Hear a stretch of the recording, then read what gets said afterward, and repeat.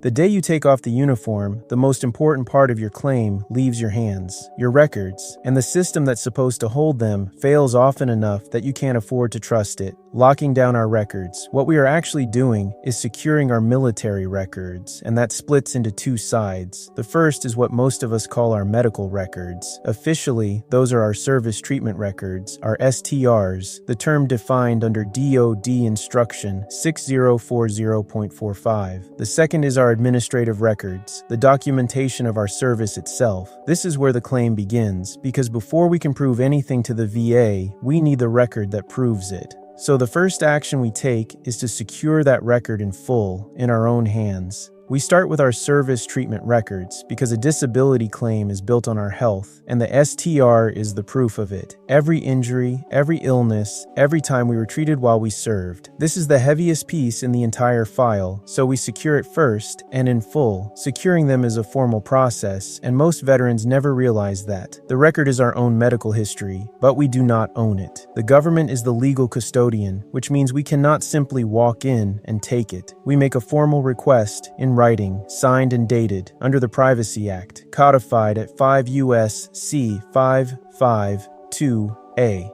That is the law that gives us the right to our own records, and it sets how we ask for them. Where we send that request depends on whether we are still in or already out, and we account for both.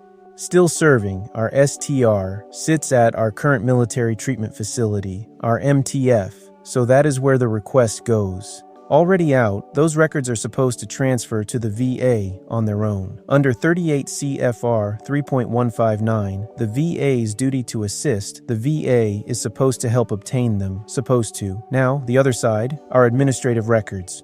Where the STR attests to our health, our administrative records attest to our service itself. This is our official military personnel file, our OMPF, and it documents where we were and what we did, our duty stations, assignments, deployments, awards, and dates of service. Here is why that matters to a claim.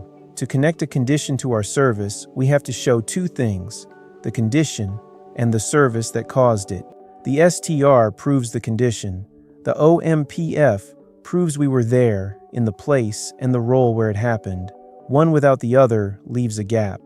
The admin side follows the same rules. Still serving, our OMPF is held by our branch, requested through the same Privacy Act process.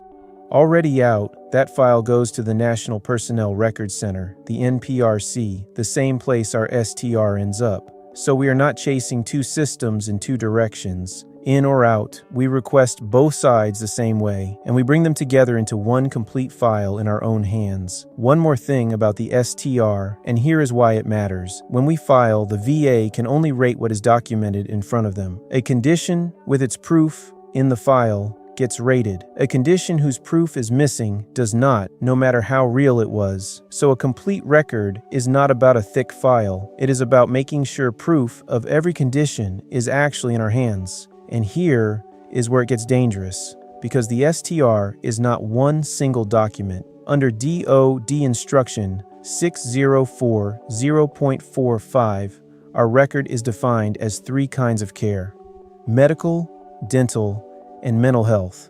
And some of that care is created and stored separately from the rest.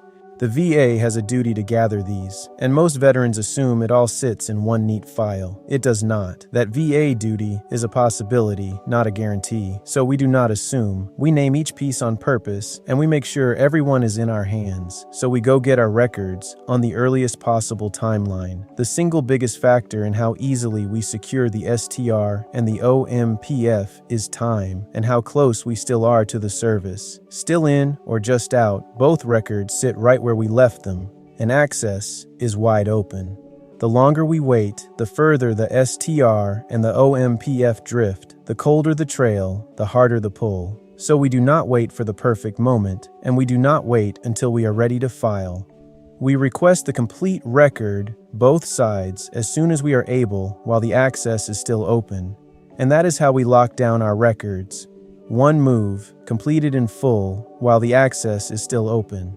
one stage of the larger process of taking full control of our claim, and we run every stage the same way. We do not leave the foundation to chance, and we do not leave the STR and the OMPF in someone else's hands. We secure them ourselves. Before you go, the Records Request Builder is in the description. It writes your request, names every layer of the record, medical, dental, and mental health, addresses it right, whether you are in or out, and tracks each piece until it is in your hands. It's built, it's waiting, it's yours. Use it before we close. Nothing here is a promise of any particular rating. Every claim is different. What we give you is the cleanest way we know to execute.